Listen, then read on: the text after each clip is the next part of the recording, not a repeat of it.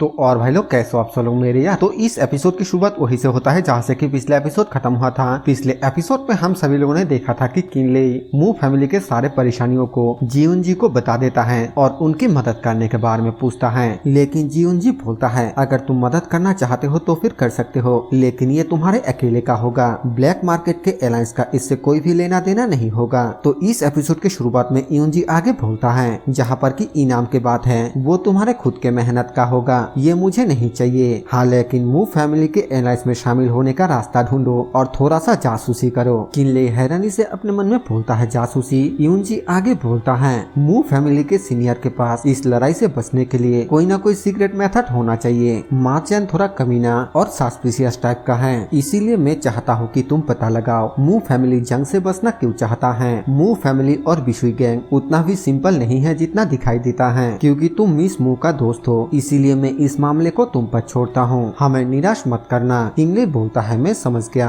और अपने मन में बोलता है तो वो सच में यही चाहता है। तुम इस मामले में शामिल होना नहीं चाहते हो, लेकिन तुम इन्फॉर्मेशन चाहते हो। आखिरकार इतनी सारी अच्छी चीजें कैसे हो सकता है। इसके बाद वो यूनजी को बोलता है हाउस मास्टर अगर और कुछ नहीं है तो फिर मैं यहाँ से चलना चाहता हूँ। यूनजी किनले को ध्यान रखने के लिए बोलता है, जिसके बाद किनले यहाँ से चला जाता है और फिर यहाँ से सीन चेंज होकर हमें मू फैमिली का सीन दिखाया जाता है, जहाँ पर कि मास्टर मू अपने मेन हॉल में बहुत सारे लोगों के सामने होता है और बोलता है तो सिचुएशन ये है। तो माचैन बहुत ही तेजी से वापस आ रहा है। फिर वो किनले के पिताजी से पूछता है आखिरकार आपका इसमें क्या विचार है। किनले के पिताजी बोलता है ब्रदर मू किन फैमिली आपके साथ है, मैंने अपने कुछ दोस्तों को भी इसके बारे में बता दिया है। जैसे ही जंग शुरू होगा वो 3 दिनों के अंदर ही शांगयुआन शहर के लिए निकल जाएंगे। हम तब तक नहीं रुकेंगे जब तक कि ना हम मर नहीं जाते। वहाँ पर झाओ फैमिली के लोग भी होता है और वो लोग भी बोलता है हाँ बिल्कुल, कहने को और कुछ भी नहीं है। झाओ फैमिली भी मू फैमिली को ही फॉलो करेगा।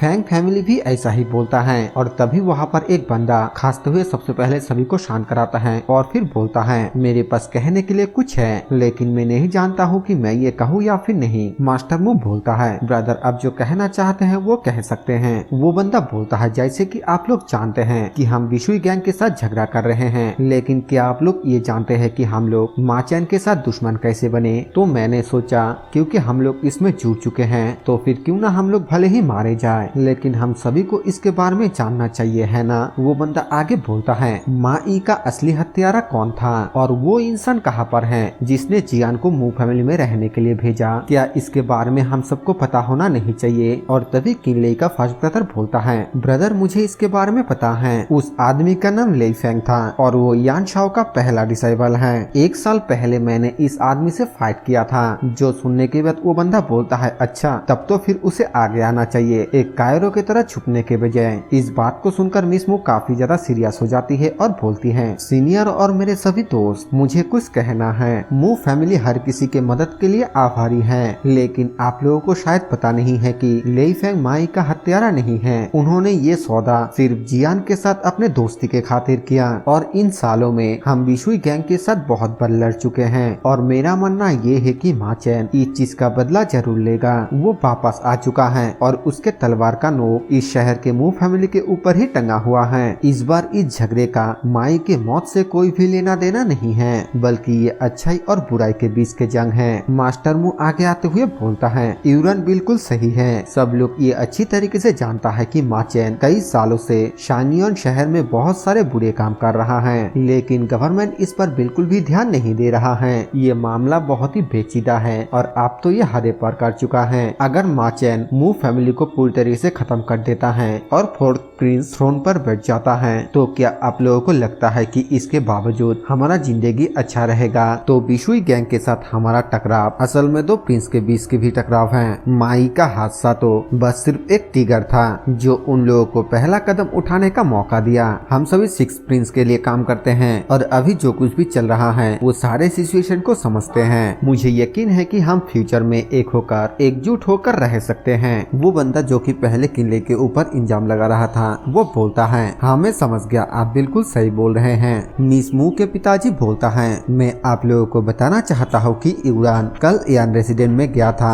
और यून शाओ से मदद मांगने के लिए लेई फैंग को बताकर आया था। किनले के फर्स्ट ब्रदर बोलता है अंकल मू, मैंने सुना है कि यान शाओ कई सालों से अपने घर वापस नहीं आया है, क्या लेई फैंग उनसे संपर्क कर सकता है? मुझे तो नहीं लगता है कि यह मुमकिन है, क्या आपको ऐसा लगता है? इसके अलावा मुझे नहीं लगता है कि लेई फैंग कोई अच्छा है, हम बिशुई गैंग के साथ मौत तक लड़े, क्या उसने कभी हमारी मदद करने के लिए आया है? किनले के पिताजी भी बोलता है ब्रदर मू, मुझे नहीं लगता है कि यान रेसिडेंट के ऊपर भरोसा किया जा सकता है, हम अपने ताकत को क्यों नहीं लगाते और पील को खरीदने के लिए कुछ दोस्तों को क्यों नहीं ढूंढते हैं? ये पेड़ से लटक कर मरने से तो बेहतर है ना? जो सुनने के बाद मिस मू के पिताजी मिस मू को बोलता है यूरान तुम्हें क्या लगता है कि लेई फैंग इसे कर पाएगा या फिर नहीं? जो सुनने के बाद मिस मू वहाँ पर कुछ सोचने लगती है और तभी एक बंदा वहाँ पर भागते हुए आकर बोलता है मास्टर यंग लेडी, यान रेसिडेंट का हाउसकीपर वांग फू यहाँ पर आया है। जो सुनते ही वहाँ के सभी लोग बहुत ही ज्यादा हैरान हो जाता है और मिस मू उस बंदे को बोलती है आखिरकार वो कहाँ पर है, उसे अभी यहाँ पर लेकर आओ। वो बंदा अपने पास से एक स्टोरेज बैग को बाहर निकल कर मिस मू को देते हुए बोलता है उसने मुझे एक बैग दिया और कहा कि इसे मिस मू को दे दूं। मिस मू उस बैग को लेकर उसे खोलकर देखने लगती है और देखकर हैरान हो जाती है। जो देखकर मिस मू के पिताजी मिस मू से पूछता है यूरान आखिरकार उसके अंदर क्या है? मिस मू खुश होते हुए बोलती है पिताजी लेई फैंग ने अपना काम कर दिया।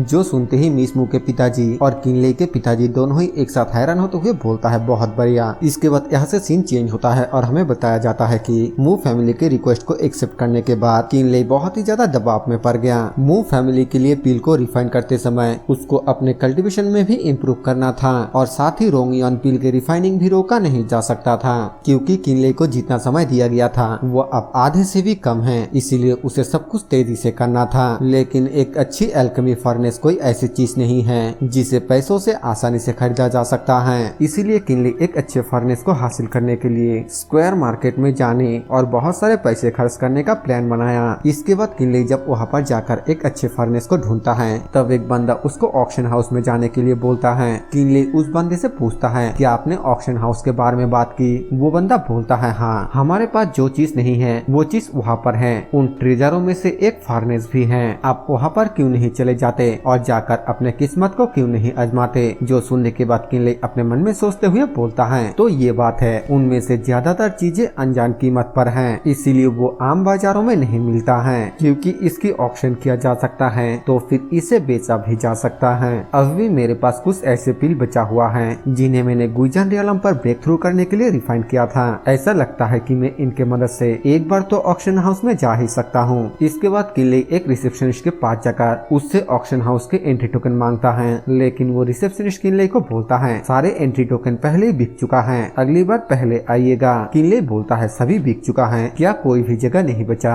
अगर मैं ज्यादा स्पिरिट स्टोन देना चाहूँ तो क्या होगा? वो रिसेप्शनिस्ट बोलता है नहीं नहीं ये नहीं हो सकता, अगली बार जब आप आइएगा तब 2 दिन पहले आइएगा। किनले पूछता है क्या और कोई दूसरा तरीका नहीं है? वो बंदा बोलता है यहाँ के नियमों को इसी तरह बनाया गया है, मैं यहाँ पर कुछ भी नहीं कर सकता, तो प्लीज आप अगली बार जल्दी आइएगा। किनले अलविदा कहकर पीछे घूमकर वहाँ से जाने ही लगता है कि तभी उसके सामने से वहाँ पर उसके सेकंड ब्रदर आ जाता है और अपने सेकंड ब्रदर को वहाँ पर देखकर किनले काफी ज्यादा हैरान हो जाता है और ये वाला एपिसोड यहीं पर खत्म हो जाता है। वीडियो पसंद है तो वीडियो को लाइक कर देना, चैनल पर नए हो तो सब्सक्राइब कर देना। मैं मिलूंगा आप सभी से एक और नए वीडियो के साथ, तब तक के लिए बाय बाय।